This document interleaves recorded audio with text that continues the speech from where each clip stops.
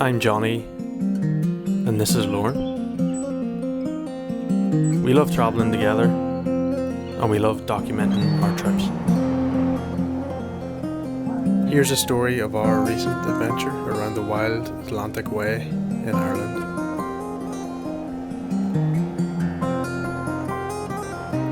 We were excited to be joined by Lauren's sister Rebecca and her husband Jordan, who's home from New Zealand. They're back home in Ireland for 6 months, and we wanted to show Jordan a little bit more of our beautiful homeland. We hired a camper from Causeway Rentals in Coleraine, and we headed on our way.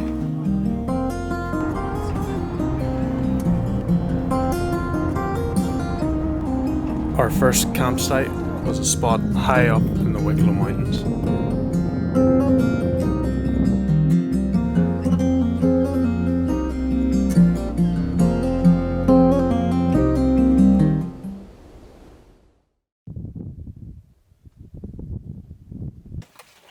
Smells amazing. Just open that up.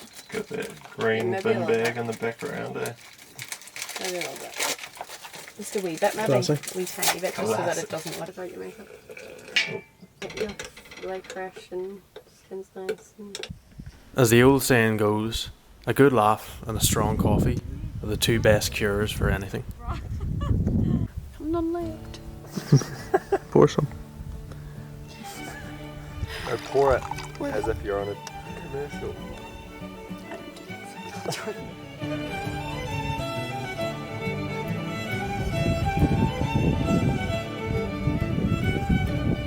When the coffee's all gone, it's time to leave. But not before a quick frolic down the road. After that, we're back in the van as we make our way around the coast, up towards the Rock of Cashel.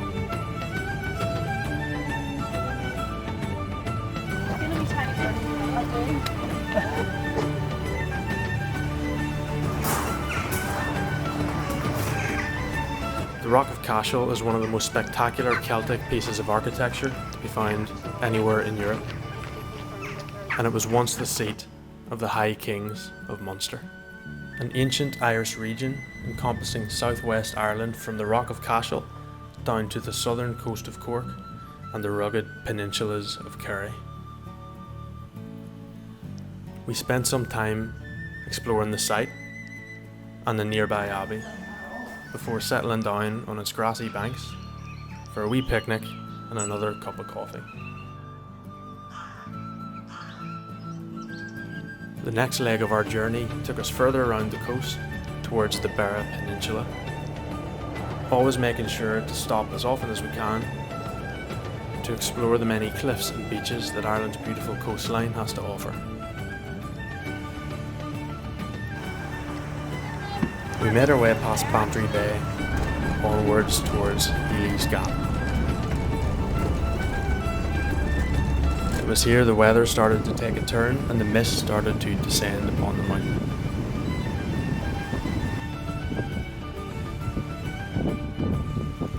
As we climbed higher in our van and gazed down upon the landscape below, the mist gave the view an almost ethereal beauty.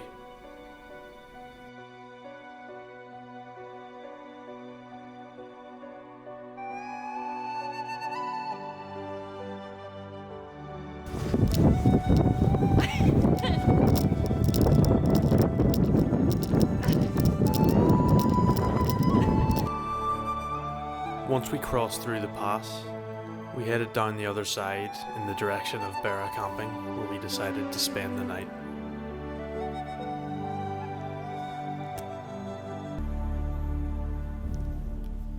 The campsite came at the perfect time, as we hadn't showered for 3 days. It also gave us a chance to refill our water supply. Water's filling up. And get rid of our waste and our grey water. Just keep the electric in for a wee bit longer and then... The struggles of camper life. Johnny, not now. No, be gentle with it. And just squeeze it into opening. After an epic struggle with the sewage tank, We eventually got back on the road and made our way towards the Ring of Kerry.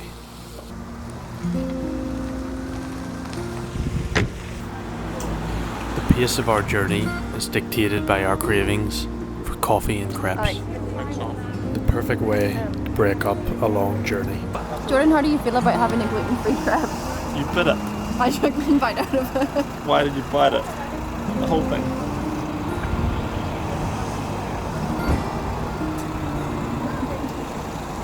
Tastes like guilt-free. How do we crepe? How do we crepe? Big paw.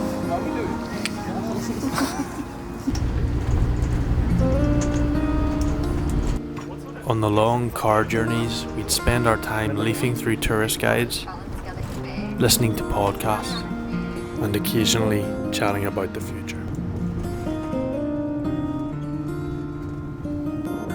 We stopped at beaches and castles.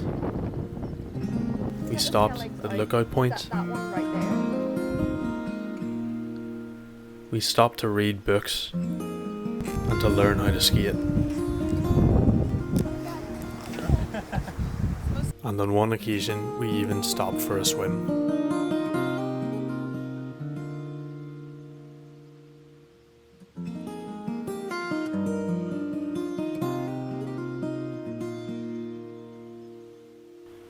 And when the sun starts to go down, we'd find our spot to pull up for the night and have a toast to the day. We got up with the sunrise and found ourselves in Galway city, a bustling place with a vibrant lifestyle. We tucked into a seafood spice box and some gluten-free beer from the Galway Oyster House. We then headed further off the beaten path to a campsite with panoramic mountainous views. Jordan and Rebecca jumped at the chance to get into the water and try out some of the local surf. I'm just roughening up with the old wax because we forgot to bring wax, so I'm just trying to make the board have better grip for us. Hopefully. Usually you would do this with there's a little comb thing, you can do it easier. Ireland has become increasingly popular as a surfing destination due to its exposed location on the turbulent Atlantic seaboard.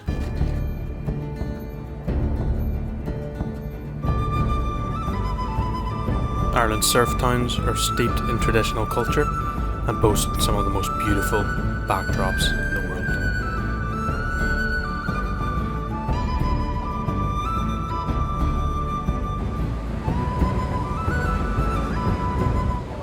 Lauren and I opted not to go in without a wetsuit and instead sipped our Jamesons and ginger on the shore. Sweet home Alabama. Well, the skies are so blue, Johnny, laugh here. Got myself a nice little Jamesons and ginger. Looks absolutely incredible. Just gonna give it a wee try now.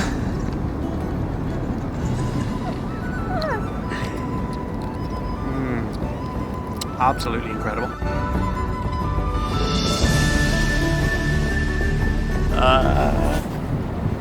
I don't know, where are we? I don't know where we are, but No, we don't know. low tide. That'll be good. Dunlaughlin Beach, but this is like a wee bit further up than that. Apparently it's a really good surf spot whenever it like kicks off, but there's not like huge swell. Try again tomorrow.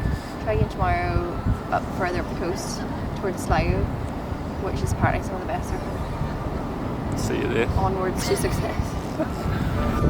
So onwards we went to the most remote location of the entire trip, Achill Island in County Mayo.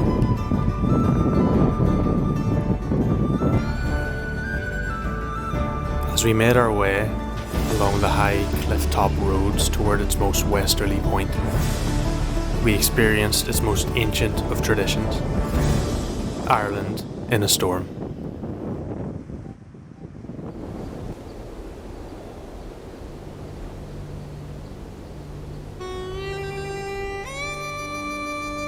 When you're standing on what feels like the edge of the world, you can't help but reflect. The trip was coming to an end, and we didn't really feel ready to go back. But then again, do we ever? The opportunities to travel this past year just haven't been there. So to get back to the wilderness with people you love and care about made this one special. It was fitting that on our final night, Ireland's pubs reopened. We sat outdoors by the sea, sipping our pints as the sun set over Ochra's Head. And as we drove the van home for the final time, we remembered all of our coffees and pancakes, the cliff-top views, the icy cold water, and feeling the rain and wind on our faces.